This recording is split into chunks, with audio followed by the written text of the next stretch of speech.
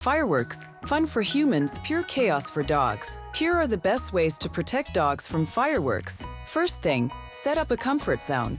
Quiet room, cozy blankets, low lights, maybe their crate. Bonus points for a shirt that smells like you. Your scent equals instant calm.